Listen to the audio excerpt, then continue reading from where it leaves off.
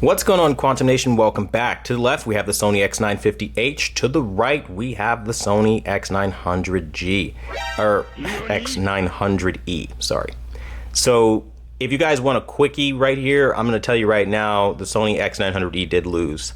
Yeah, I didn't expect that either, but oh my goodness, my dudes, is this incredible. So you have things like contrast, color, clarity, all of it looking far better on the Sony X950H. Brightness is also very, very good. Every scene I look at, the color, the gradations, like, it's just a world apart as far as what it's doing for color and for the image quality when you compare the two fairly. And I'm just being as real as I can be. As you guys know, the Sony X900E is one of my champions, but as I said back in 2017, when something better comes along, I will say it. And that was not the LG OLED B7. Just saying. But the Sony X950H definitely did and is beating the Sony X900E. Albeit it does have worse blooming than the Sony X900E, so I think that's something that you guys probably should know. Color can also tend to be a little red depending on scenes, so sometimes colors can get a little wonky if you're not careful, but the overall general representation of the image compared to the 900E is better, and I am very, very impressed. As I look at the two images, both are beautiful.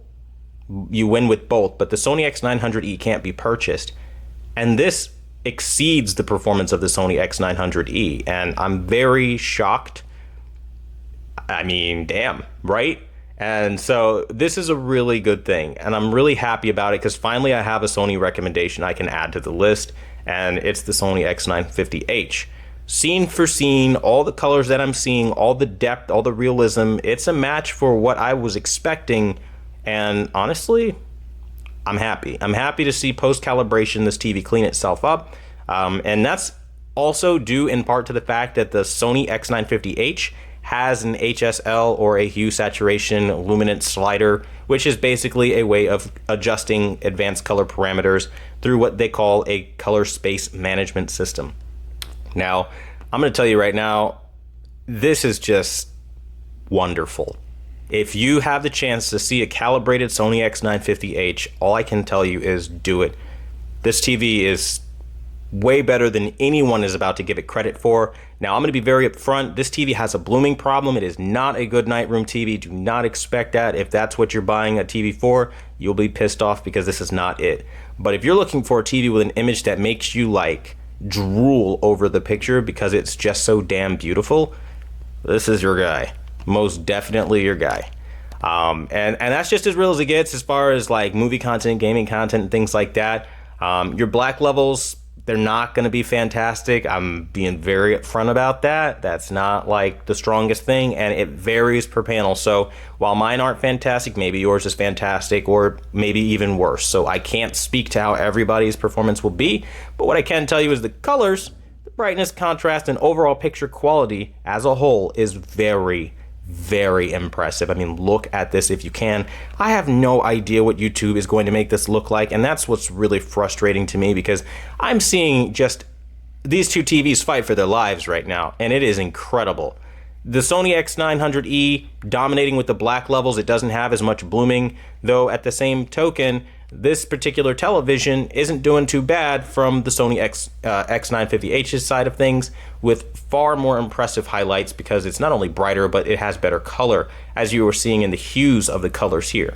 So while you won't be able to see 100% color accurate image quality, you will definitely be able to see a difference in the performance. Now I want to pause here. I'm going to go back and see if I can pause the frame when I do that, so you guys can get an idea of the blooming differences between the two.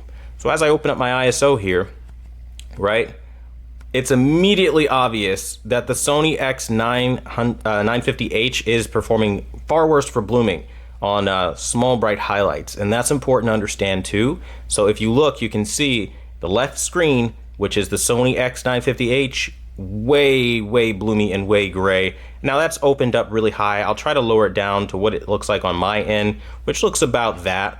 And honestly speaking, that's still way more than the Sony X900E, and that's what it's like in real life. So if you're expecting black levels, again, I can't stress, don't do that. This is not a darkroom TV. If you've heard that from anyone, they are lying to you. Just saying.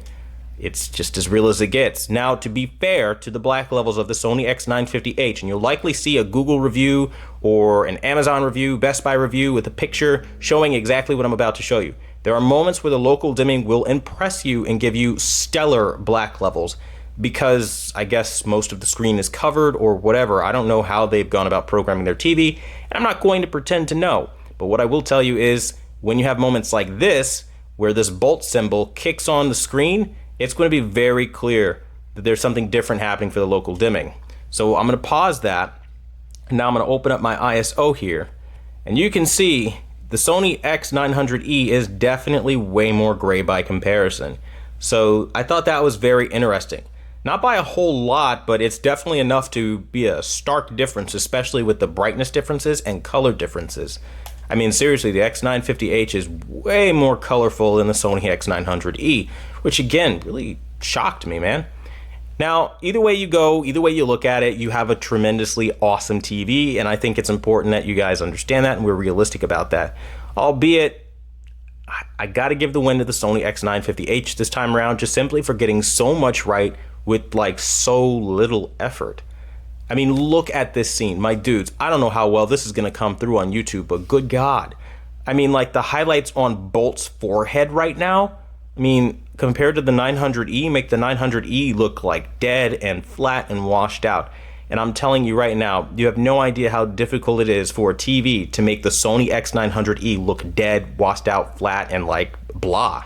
But the 950H is doing that. And it's doing that with so much to spare, and I'm just dumbfounded right now. So if you want an awesome pickup for a Sony TV and you want to look at something from Sony, this is definitely what I would recommend. It's fantastic, absolutely wonderful. This is not the final review. These are not my final thoughts, but compared to the Sony X900E, the 900E is definitely losing, my friends. Thanks for watching the #1 brand in honesty, and until the next video, I'll see you guys later.